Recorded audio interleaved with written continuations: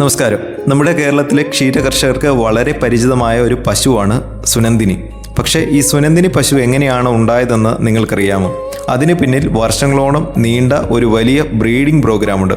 അതൊന്നും നമുക്ക് വളരെ ലളിതമായി നോക്കാം.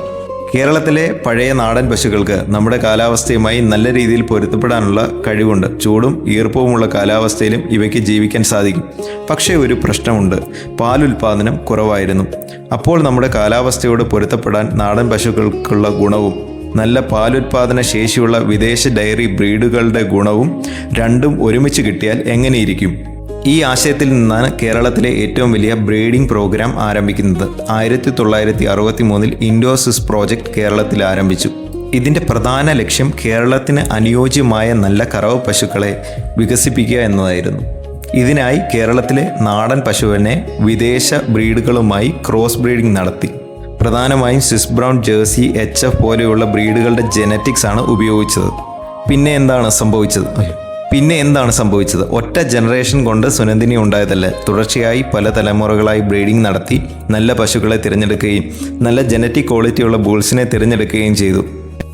ഇങ്ങനെ വർഷങ്ങളോളം സെലക്ഷൻ നടത്തി വികസിപ്പിച്ചെടുത്ത ക്രോസ് ബ്രീഡ് ക്യാറ്റിൽ പോപ്പുലേഷനാണ് പിന്നീട് സുനന്ദിനി എന്ന പേര് ലഭിച്ചത്. ഇവിടെ ഇൻട്രസ്റ്റിംഗ് ആയ മറ്റൊരു കാര്യമുണ്ട്. എല്ലാ സുനന്ദിനി പശുക്കളും ഒരുപോലെ ആയിരിക്കണമെന്നില്ല. കാരണം സുനന്ദിനിയിൽ വ്യത്യസ്തമായ ജനറ്റിക് ലൈനുകളുണ്ട്. പ്രധാനമായും ജേഴ്സി ലൈനും HF ലൈനുമാണ് KLDB വികസിപ്പിച്ചിട്ടുള്ളത്. അതുകൊണ്ട് തന്നെ ചില സുനന്ദിനി പശുക്കൾക്ക് ജേഴ്സിയുടെ സ്വഭാവം കൂടുതലായി കാണാം. മറ്റു ചില പശുക്കളിൽ HFൻ്റെ ബോഡി സൈസും അല്ലെങ്കിൽ അപ്പിയറൻസും കൂടുതലായി കാണാം. പിന്നീട് സുനന്ദിനിയുടെ ജനറ്റിക് ക്വാളിറ്റി കൂടുതൽ മെച്ചപ്പെടുത്താൻ പ്രൊജനി ടെസ്റ്റിംഗ് പോലെയുള്ള ശാസ്ത്രീയ രീതികൾ ഉപയോഗിച്ചു. അതായത് ഒരു ബുള്ളിൻ്റെ കുട്ടി എത്ര പാൽ കൊടുക്കുന്നു എന്ന് പരിശോധിച്ച് നല്ല ജനറ്റിക് മെറിറ്റുള്ള കാളകളെ കണ്ടെത്തി അവയുടെ സെമൻ ഉപയോഗിച്ച് അടുത്ത തലമുറയെ മെച്ചപ്പെടുത്തുന്ന രീതിയാണിത്. ഇതാണ് PT ബുൾസ്. ഇപ്പോൾ KLDB എംബ്രിയോ ടെക്നോളജി പോലെയുള്ള പുതിയ ബ്രീഡിംഗ് ടെക്നിക്സും ഉപയോഗിക്കുന്നു. ചുരുക്കി പറഞ്ഞാൽ കേരളത്തിലെ നാടൻ പശുക്കളുടെ ഗുണങ്ങളും വിദേശ ഇനങ്ങളുടെ പാലുൽപാദന ശേഷിയും ഇവ രണ്ടും ഒരുമിപ്പിച്ച് വർഷങ്ങളോളം നടത്തിയ സയൻറ്റിഫിക് ബ്രീഡിങ്ങും സെലക്ഷനും മൂലമാണ് സുനന്ദിനി എന്ന ബ്രീഡ് രൂപപ്പെട്ടത്.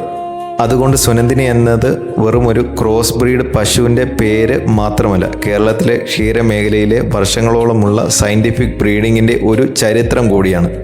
നിങ്ങളുടെ അഭിപ്രായത്തിൽ സുനന്ദിനി പശു ഒരു വിജയമായിരുന്നോ പരാജയമായിരുന്നോ? നിങ്ങൾ ഇതിനെ വളർത്തിയിട്ടുണ്ടെങ്കിൽ ഒരു ദിവസം നിങ്ങൾക്ക് എത്ര ലിറ്റർ പാൽ കിട്ടി എന്നുള്ളത് കമൻറ്റ് ചെയ്യുകയാണെങ്കിൽ കൂടുതൽ ചർച്ചകളിലേക്ക് നമുക്ക് പോകാം. ഇന്നത്തെ വീഡിയോ ഇത്രയേ ഉള്ളൂ. വീഡിയോ ഇഷ്ടപ്പെട്ടെങ്കിൽ ലൈക്ക് ചെയ്യുക, ഷെയർ ചെയ്യുക, സബ്സ്ക്രൈബ് ചെയ്യുക, മറ്റുള്ളവരിലേക്ക് കൂടെ ഈ വീഡിയോ എത്തിക്കുക. താങ്ക്